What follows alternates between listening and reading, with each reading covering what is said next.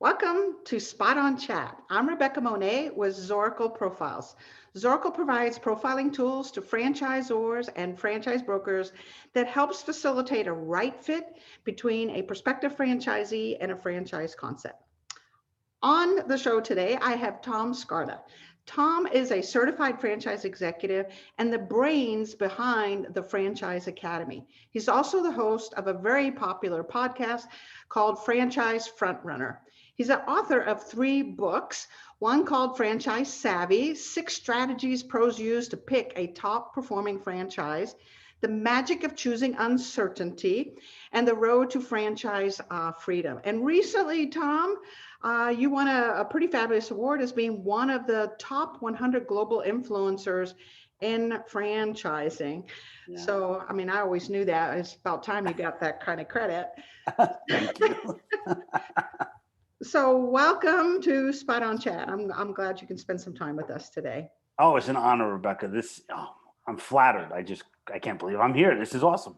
It's so fun, right? I just love kind of going into the heart and mind of people and really kind of looking at what makes somebody tick. And you are, in my mind, very fascinating. And I want others to see this fascinating side of you. Which brings me to my question. I think everybody, all of us in life have had something or someone that's been a big influence that either acted as a mentor or the opposite, and we learned to do things differently than they did. But my question around that is there something, a situation, or someone that was in your life that you would consider a great influence in your life? Wow, that's a big question. So I will say there are several. So I have different kind of sections of my life, as you look back. And so I think probably one of the biggest is, I spent 13 years working in the transit system in New York City, the subway system. And I started as a subway conductor, opening and closing doors, making announcements, and worked my way up into, management over the years. And there was an interesting time. So the transit system in the early 90s was going through sort of a renaissance. We got rid of all the graffiti, cleaned it up, and it was absolutely a phenomenal system at that point to run on. And they hired a really interesting gentleman to teach conductors how to make announcements. And his name is Dr. John Diekman, and he was the dean of humanities at St. John's, and he was the quintessential professor. Horn rimmed glasses, suspenders, bow tie kind of, Yeah, guy. the pens in his pocket. Yeah. Pens and total, like the picture of that. And so he was giving these great lectures about work and all sorts of things. And the rank and file didn't like him because they were. It was almost he was too far above men and women who were just transit workers, union folks. He came with the college thing, and everybody was like, "Who's this college guy?" He doesn't Yeah. know what it's like in the real world. So he decided he needed to get somebody who had credibility and was actually, from the ranks. And I was blessed enough to get that job. Wow. So I was able to work with Dr. Diekman for 4 years, and he taught me so many lessons, everything from great public speaking, etiquette, just leadership, just so many things. Wow. And to this day, and now it's 30 years later, I still carry a lot of that with me. That's amazing. Well, first off, what's amazing to me is that Dr. Diekman understood somehow this intellectual part of him or professorial side of him wasn't connecting with, let's call it the common man, right? The non-academic kind of individual. So he knew he had to have a representative or liaison or someone that could buffer that. So you were that person. He Yeah. selected you. So it's interesting. I wonder how he knew it was you. What within your character and your behaviors, even before you had all this blessing of being mentored by him, what did he see in you that he knew that it had to be you? Well, I think because I was the consummate student of him, like he introduced me to self-help. Back in the day, he had this little TV with a VCR, and he I would remember have those. right. Yeah. So going back a long time, the VCR was next to the fax machine, and and we all had beepers, and he would have tapes of Zig Ziglar, the motivational speaker, which I consider probably one of the grandfathers of motivational speaking, playing on the tape, even with the volume off. And I would say, but why have it just playing? If you can't hear it. And he was like, just the energy of what he's putting out. I don't need to hear it. The energy is coming through. And I didn't understand what he was talking about till years later. But things like that. And it was really just so fascinating. And the thing that I thought was really cool, and why I was in one of his classes. I was in a promotion class. I got promoted to, I don't know what it was, assistant train dispatcher or something. And so Hmm. at the end of the day, whenever you got in training, like in these civil, like if you're a cop or fireman, when you're in training, it's vacation. So you're there 8 to 4, but it's an hour and a half lunch. You come back, and then you kind of leave at 3, and everything's cool. Dr. Diekman starts at 3 and keeps you to 4:01, and everybody was pissed. And he said he would call me Thomas. Only my mom and Dr. Diekman called me Thomas. He would say, Thomas, if we break a minute before 4, it means that everything that we've said means nothing. I was like, wow, that's so true. It is. And that's how we conducted it, and we ended up speaking to not only subway conductors but everyone, senior management. Then we went into other agencies within the city, and he kind of made a name for himself doing that. And we would teach, before it was popular, sexual harassment classes, diversity classes. We did all of that, and that was in the 90s.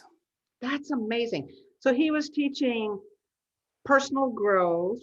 He was teaching public speaking, talking about performance, diversity, sexual harassment. This guy just understood people, and he understood what was happening. But what's interesting, you kind of skimmed over that I find interesting, that he picked you. Okay. He picked you out of thousands of people because of your, it seems to be because of your curiosity and desire to learn. So he saw a mind that was willing to learn, and you were curious about whatever, why do you have this TV going and this, and you can't even hear him because Right. I'm picking up an energy. It's in the gestures, it's in the this, it's in the that. Right. And you were curious enough that you wanted to know more. And same way with other things that he said, you had I'm going to use the word curious mind, but curious mind and a teachability that he recognized pretty quickly. Right. And a coachability. I was willing to be coached. When the saying, when the student's ready, the teacher will appear. And that's what happened for me, in a grand way with Dr. Diekman. And the thing also that I left out is that many things I left out already, but it was fascinating to me that we would teach how to make announcements and never once talk about how to make an announcement. We talked about self-esteem. Wow.